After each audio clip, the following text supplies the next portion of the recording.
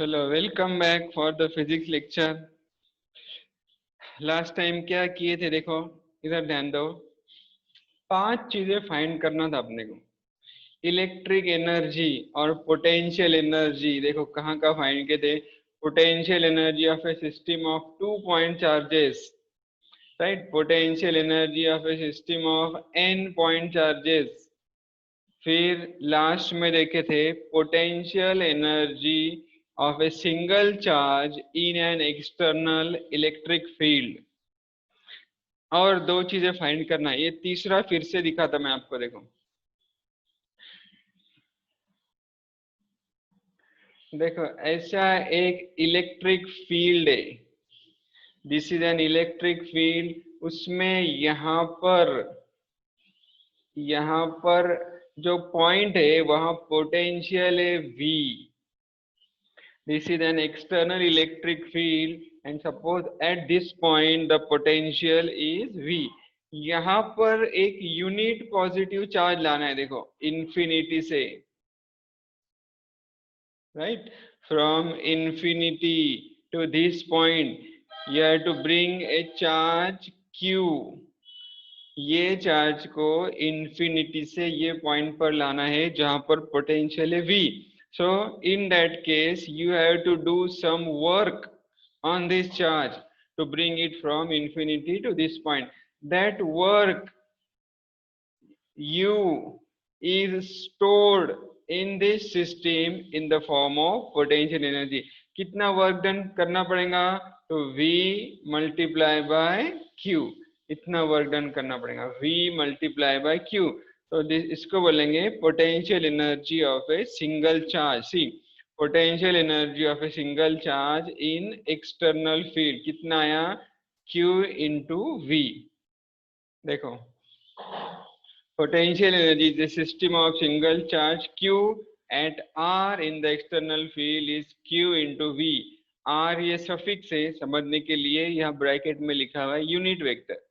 Potential energy आया QV, single charge V इतने potential पर लाना है, ठीक है। अब इसके बाद सेम मेथड से फाइंड करना है अपने को number 4। See, potential energy of a system of 2 charges in an external field. 2 charge का सिस्टम है, एक्सटर्नल फील्ड में उसका पोटेंशियल एनर्जी फाइंड करना है अपने को। तो ये पॉइंट है, यहाँ पर एक दूसरा पॉइंट लेंगे, दोनों के बीच का डिस्टेंस लेंगे R12 समझने के लिए। यहाँ पोटेंशियल है VR1, यहाँ पर पोटेंशियल है VR2। ध्यान से देखो, ठीक है। अब चार्ज है फर्स्ट Q1। Q1 को इंफिनिटी से लेकर ये पॉइंट पर लाने के लिए जो वर्क डन करना पड़ रहा है that is V into Q1, right. Similarly और एक चार्ज है Q2, उसको यहाँ लाना है। कहाँ से कहाँ लाना है? Infinity to this point. तो वर्क डन करना पड़ेगा V इंटू Q2। यहाँ V ब्रैकेट में R1, ये ब्रैकेट में R2। देखो the potential energy of a system of 2 charges in an external field, right? In order to find the potential energy of a system of 2 charges, first is Q1, second is Q2, located at R1 and R2 respectively in the external field। ये R1 पर है, ये R2 पर है। We calculate the work done in bringing the charge Q1 from infinity to R1। देखो Q1 को infinity से R1 पर लाने के लिए Q1 इंटू V, सफिक्स है R1, फर्स्ट चार्ज मिला, देखो Q1 इंटू V। अब दूसरा चार्ज है Q2, उसको R2 पर लाना है। तो ये Q2 को R2 पर लाएंगे तो देखो ये Q2 है, इसको इंफिनिटी से ये पॉइंट पर लाएंगे तो वर्क होगा V इंटू Q2, सफिक्स है R2। अब ध्यान से सुनो, ये Q2 को इंफिनिटी से यहाँ पर ला रहे हो, ठीक है। यहाँ सिर्फ ये फील्ड नहीं है, बल्कि यहाँ और एक फील्ड है due to this charge Q1। Charge Q1 की वजह से एक फील्ड जनरेट हो रहा, और ये दूसरा दिखा रहा है वो फील्ड है। दोनों फील्ड का पोटेंशियल एनर्जी फाइंड करना पड़ेगा। पहले पोटेंशियल एनर्जी फाइंड किए, इंफिनिटी टू R2 लाने के लिए जो पोटेंशियल एनर्जी रहेंगी वो रहेंगी V इंटू Q2। देखो Q2 इंटू V, सफिक्स लिखे R2। अब दूसरा फील्ड है Q1। Q1 के वजह से ये पॉइंट पर कितना वर्क डन करना पड़ेगा? Work done on Q2 against the field due to Q1 is, ये लास्ट टाइम देखे थे, Q1 Q2 अपॉन 4 पाई एप्सिलॉन 0 R। कितना? Q1 Q2 divided by 4 pi epsilon 0 R। R मतलब distance between Q1 and Q2, यहाँ लिखे R12, right, where R12 is the distance between Q1 and Q2। तो ये हिसाब से यहाँ पर 3 वर्क डन किए, पहला Q1V, दूसरा Q2V, और तीसरा Q1 Q2 अपॉन 4 पाई एप्सिलॉन 0 R। तो टोटल वर्क डन मतलब तीनों का टोटल रहेगा। देखो total work done in assembling the configuration is Q1V plus Q2V plus Q1 Q2 upon 4 pi epsilon 0 R। ठीक है, ये तीनों की total Q1V plus Q2V upon plus Q1 Q2 अपॉन 4 pi epsilon 0 R। ये क्या मिला? Two particle system. देखो system of two charges in an external field, इसकी पोटेंशियल एनर्जी। तो कभी न्यूमेरिकल आएगा, प्रॉब्लम आ सकता, find the potential energy of a system of two charges in an external field. तो कैसा फाइंड करेंगे, कौन सा formula? Potential energy is Q1V plus Q2V plus Q1 Q2 अपॉन 4 पाई एप्सिलॉन 0 R। ठीक है, अब इसका लास्ट पॉइंट, ये 5 चीजें फाइंड करने की थी अपने को, उसमें लास्ट फाइंड करेंगे डायपोल। डायपोल अपने को आगे भी यूज करना है। डायपोल मतलब याद रखो, di means two, di means two charges separated by some distance। Dipole means two charges separated by some distance। अब इसकी पोटेंशियल एनर्जी फाइंड करेंगे। देखो आवाज आ रही है ना सबको? Farheen? Yes sir. Okay, potential energy of a dipole, okay, in an external field. देखो एक्सटर्नल फील्ड मतलब क्या?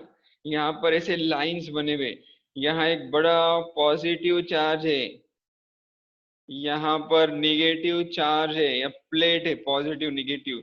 तो इलेक्ट्रिक फील्ड कैसा रहता? पॉजिटिव से निगेटिव। ये जो लाइंस दिख रहे हैं ये है electric field, external electric field. इसमें एरो बताया भाई, it E is directed from positive potential to the negative potential। ठीक है, इसमें एक इलेक्ट्रिक डायपोल रखा हुआ है। देखो डायपोल मतलब दो चार्जेस, यहाँ पर है प्लस Q, यहाँ पर है माइनस Q, दोनों के बीच का डिस्टेंस है 2L।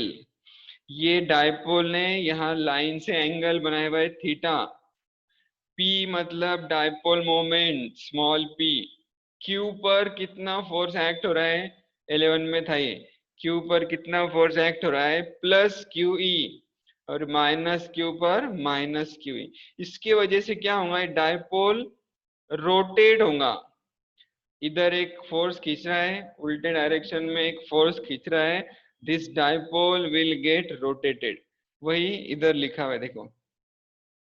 See, consider a dipole with charges minus Q and plus Q separated by a finite distance 2L।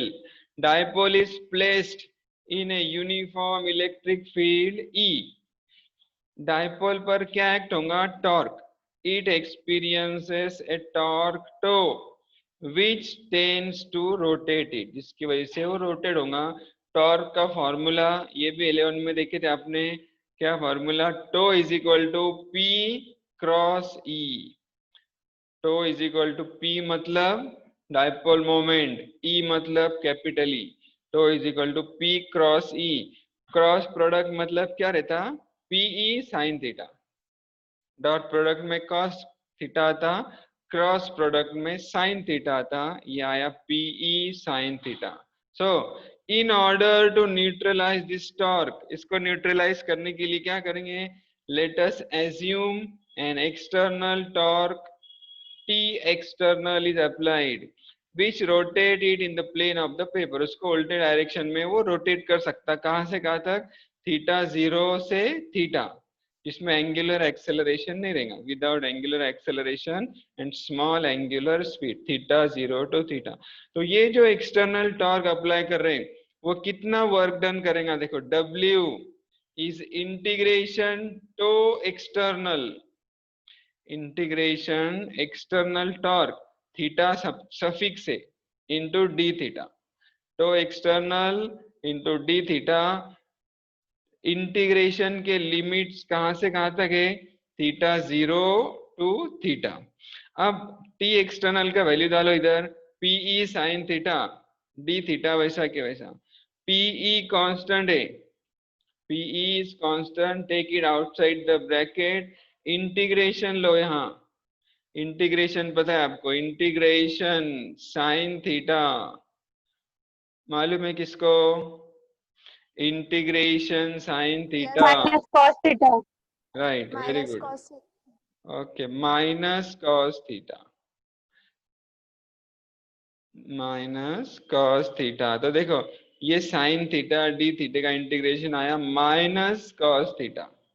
Limit of integration लेते थीटा 0 टू थीटा, लिमिट्स का क्या करना पड़ता, पहले अपर लिमिट डालने का माइनस लोअर लिमिट, माइनस। हाँ okay, upper limit है थीटा, देखो यहाँ डाले minus cos theta minus into bracket lower limit theta 0 है तो माइनस कॉस थीटा 0, बराबर, ये डबल माइनस होगा, minus into bracket minus cos theta 0, minus minus हो जाएगा plus, minus cos theta plus cos theta 0। तो इसको पहले लिखेंगे कॉस थीटा 0 को, बाद में लिखेंगे माइनस कॉस थीटा। ये मिला अपना वर्क डन। अब वर्क डन फाइंड किए, पोटेंशियल एनर्जी फाइंड करने के लिए एक रेफरेंस पॉइंट लेना पड़ता, रेफरेंस जिसको बोलते zero, right, this work done is stored as the potential energy in the system in the position when the dipole makes an angle theta with the electric। अब zero potential कैसा लेंगे, देखो, the zero potential energy can be chosen as per convenience। अपने convenience के हिसाब से एक zero लेने का है तो यहाँ लेंगे, we can choose u theta 0 is 0, u theta 0 को लेंगे 0। तो पोटेंशियल एनर्जी कैसी आएंगी, देखो u theta 0 minus U theta minus U theta 0, मतलब जहां से मेजर कर रहे हैं उसमें से माइनस करेंगे 0 वाला, u theta minus U theta 0 is equal to this PE cos theta 0 minus cos theta. अब इसमें दो केसेस हैं, पहला dipole is perpendicular to the field, दूसरा dipole is parallel to the field. मतलब क्या, एक मिनट रुक जाओ, परपेंडिकुलर आएंगे या क्या, एक मिनट रुको, ये हो गया,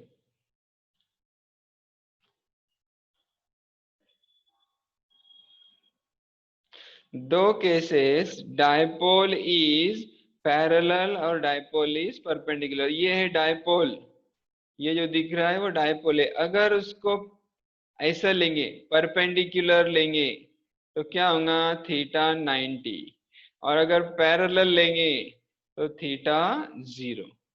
ठीक है, पहले लेंगे उसको perpendicular. Initially the dipole is perpendicular to the field, that is theta 0 is 90, 90 को बोलते हैं पाई बाय 2 रेडियन। ठीक है, तो क्या आंसर आएगा, यू थीटा पीई, देखो फॉर्मूला क्या था, P E cos theta 0 minus cos theta, P E cos theta 0, theta 0 की जगह लिखे π/2 माइनस कॉस थीटा, कॉस π/2 रहता 0, ये चली जाएगा, ये हो जाएगा 0, बचेगा PE cos theta with minus sign. तो आंसर आया PE cos theta with minus sign, मतलब sir P minus dot E. Sign क्यों है? क्या बोले, क्या पूछ रही, माइनस साइन। हाँ देखो ये cos 90 0 ये कट हो गया, तो ये minus cos, already minus sign है, तो PE cos theta with this minus sign, PE cos theta मतलब dot product P dot E, पहला मिला U theta is minus P dot E. अब अगर डायपोल है parallel, if the dipole is parallel, theta is 0, cos 0 is 1, so u theta is pe cos 0 minus cos theta, u theta is pe, देखो 1 minus cos theta, क्या आया 1 minus cos theta। ऐसा अपने को 5 जगह इलेक्ट्रिक फील्ड पोटेंशियल फाइंड करने का था, इलेक्ट्रिक पोटेंशियल, तो वो इलेक्ट्रिक पोटेंशियल मिल गया। अब इस पे एक छोटा सा न्यूमेरिकल करेंगे तो ये पॉइंट खत्म हो जाएगा।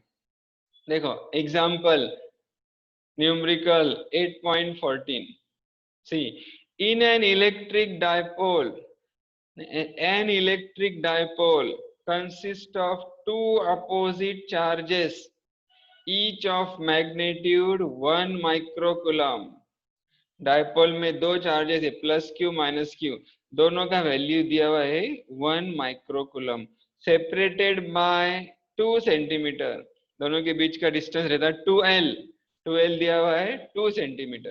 तो the dipole is placed in an external electric field of 10⁵ Newton पर कूलम।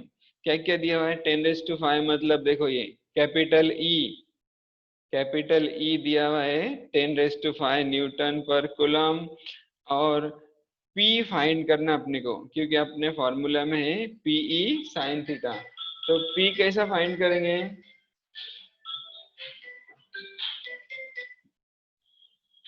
देखो P फाइंड करने के लिए फॉर्मूला है P is equal to Q into 2L, P is equal to Q into 2L, ये आपको मालूम है डायपोल मोमेंट, ये भी 11 में था, charge into distance between two charges. Q मतलब 1 माइक्रोकूलम मतलब 1 इंटू 10⁻⁻⁶, ये हो गया, और 2L मतलब देखो डिस्टेंस 2 सेंटीमीटर, तो 2 सेंटीमीटर को मीटर में करें 2 इंटू 10⁻⁻², तो ये आएगा 2 इंटू 10⁻⁻⁶, माइनस 2 इज -8।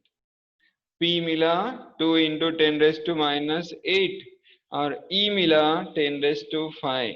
अब दो चीजें फाइंड करना है, देखो find the maximum torque exerted on the field, maximum torque exerted by the field on the dipole, maximum torque to max is PE sin theta।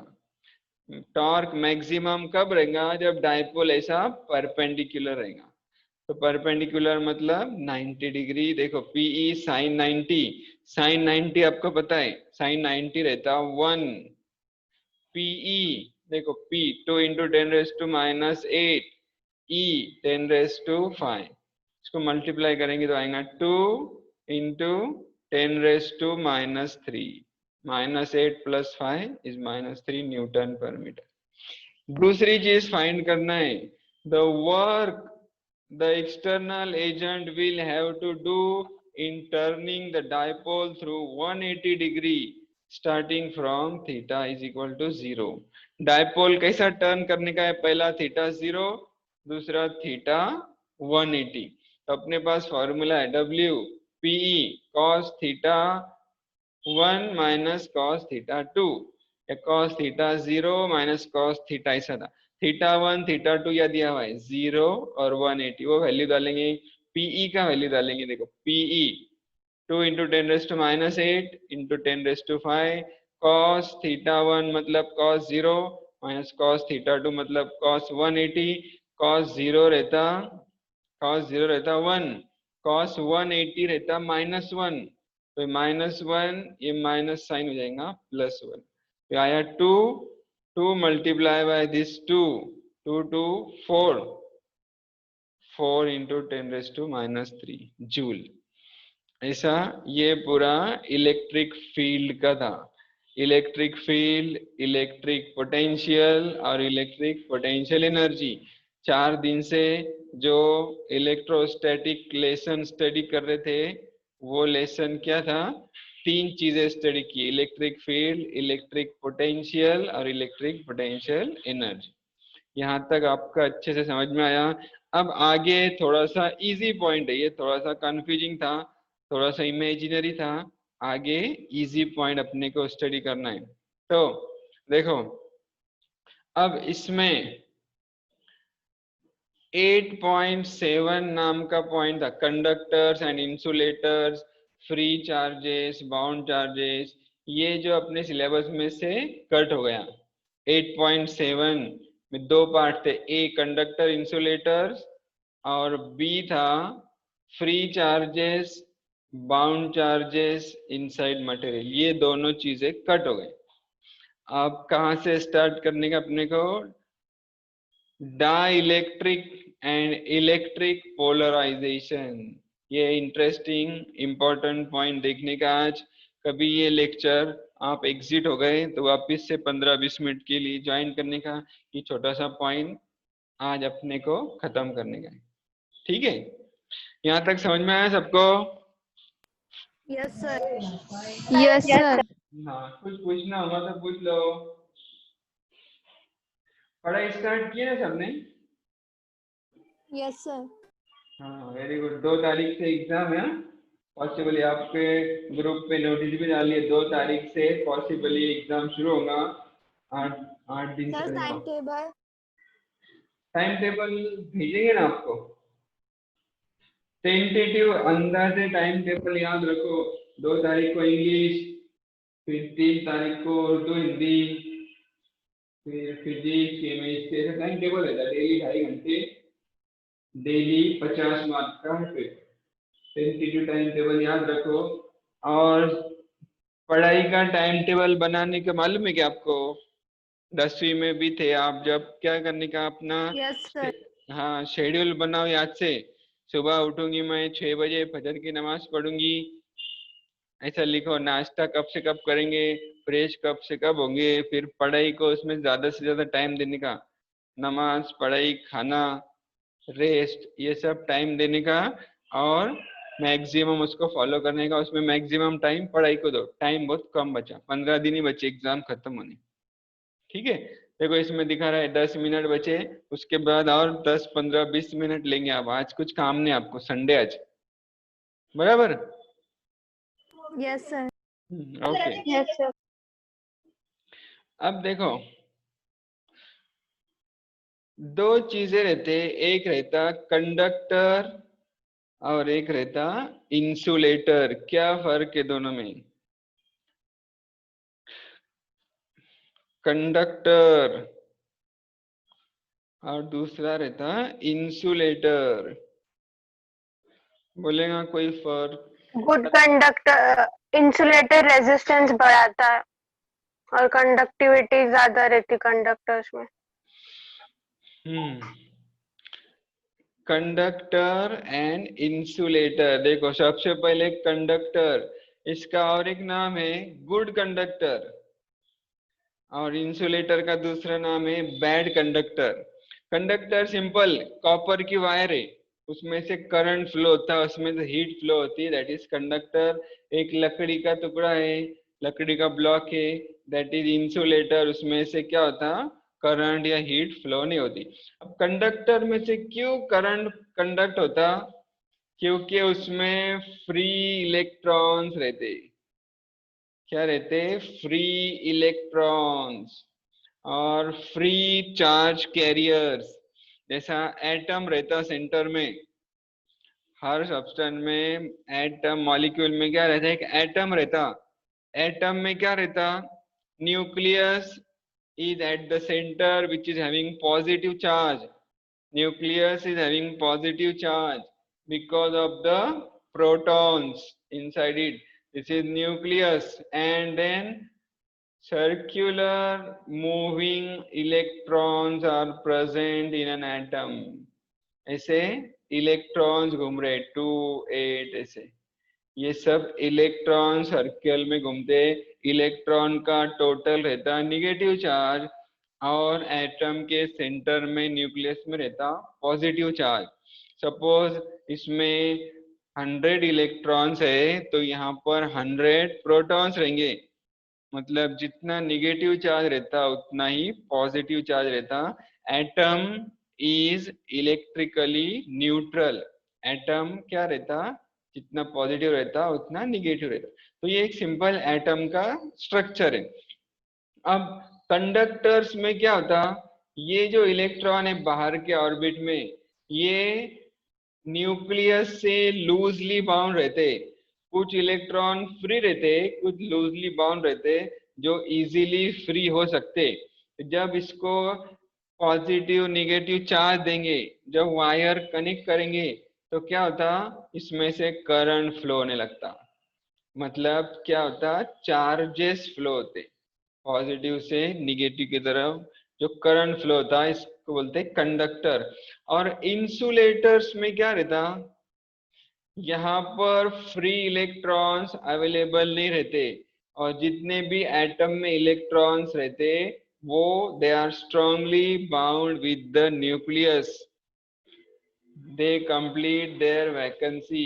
उसका वैलेंस, उसका ये कंप्लीट रहता 2 इलेक्ट्रॉन 8 इलेक्ट्रॉन, उसमें कोई भी इलेक्ट्रॉन को वैकेंसी नहीं रहती आने के लिए एक्स्ट्रा, मतलब 7 6 ऐसा नहीं रहते। आउटर मोस्ट ऑर्बिट में 8 चाहिए तो 8 ही रहते, they are very tightly bound, तो no free electrons are available. जब इसको करंट देंगे तो इसमें से करंट फ्लो नहीं होता, क्योंकि फ्री इलेक्ट्रॉन्स नहीं, इसको बोलते हैं इंसुलेटर्स, है ना। गुड कंडक्टर्स या तो कंडक्टर्स एंड इंसुलेटर। अब एक चीज देखने का अपने को अपने सिलेबस में, डाई इलेक्ट्रिक। देखो ध्यान से सुनो, dielectrics are insulators. Insulator की स्पेलिंग थोड़ी सी गलत होगी।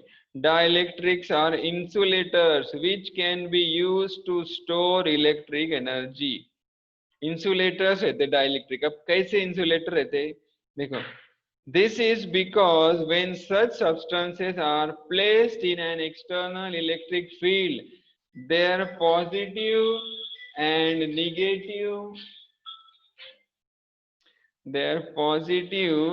negative charges get displaced in opposite direction and the molecule develop a net dipole moment।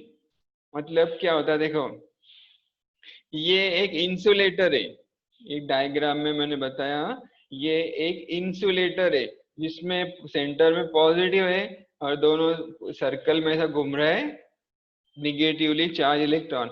इसको एक्सटर्नल फील्ड में रख दो, 2 प्लेट से, एक प्लेट है पॉजिटिव, दूसरी प्लेट है निगेटिव। एक्सटर्नल फील्ड मतलब इलेक्ट्रिक फील्ड ये डायरेक्शन में रहता, कौन से डायरेक्शन में, पॉजिटिव से निगेटिव की तरफ।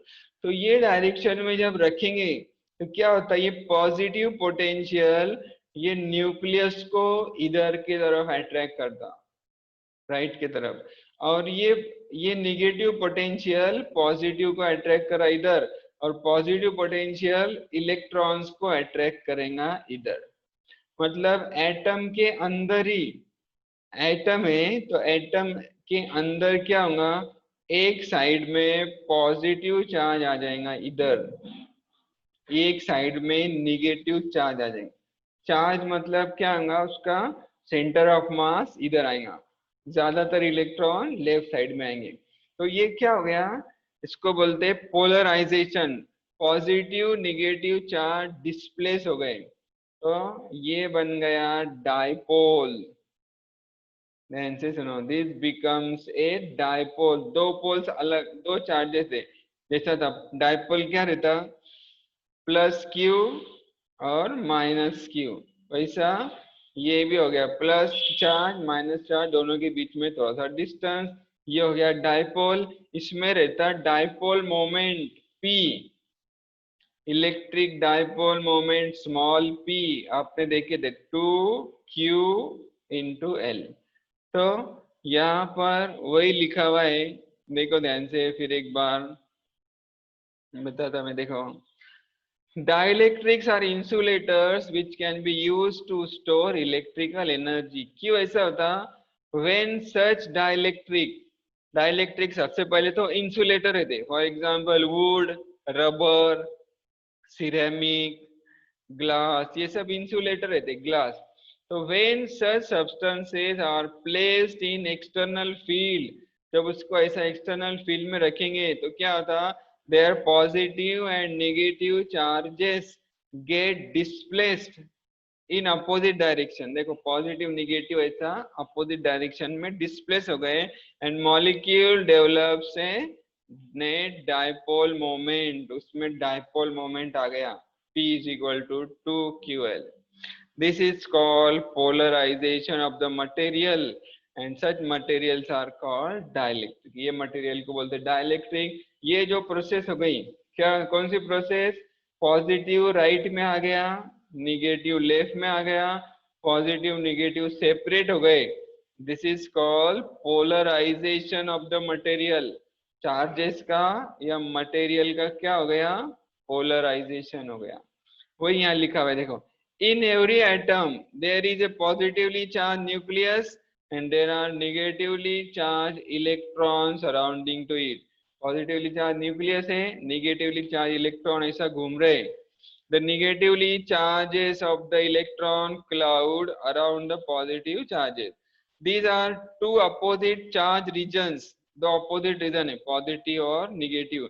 their center of charge, the center of negative charge is the center of mass of negatively charged electron and the positive charge is the center of mass of positively charged protons।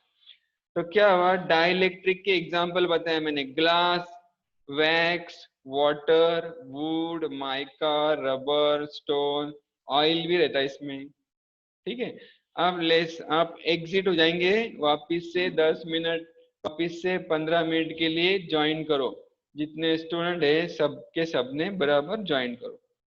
तो ये था dielectric, glass रख दिए, wax रख दिए, water रख दिए, ये सब डाइलेक्ट्रिक रहते हैं। एक ऑयल आता है उसको बोलते हैं मिनरल ऑयल, वो भी लिक्विड डाइलेक्ट्रिक है। वाटर भी एक डाइलेक्ट्रिक है।